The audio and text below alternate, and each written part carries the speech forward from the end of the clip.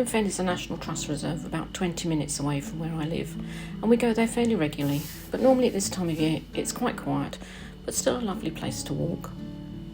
Knowing this and just wanting a quiet, gentle stroll this morning anyway, we visited and walked around their boardwalk and summer trail.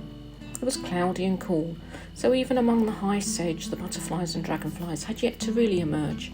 and apart from the swallows that are just too quick and a very brief glimpse of a marsh harrier, it was as expected.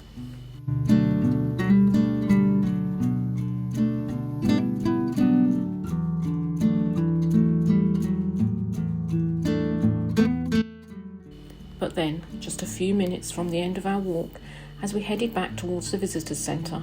I glanced over the edge of a small bridge that spanned a very overgrown and narrow ditch, and spotted a young water vole who sat there for a few minutes, happily eating the weed. I wasn't hoping for much this morning, but being able to get some close-up images and a snatch of video of an obliging water vole was very special, and I really hope you enjoy them.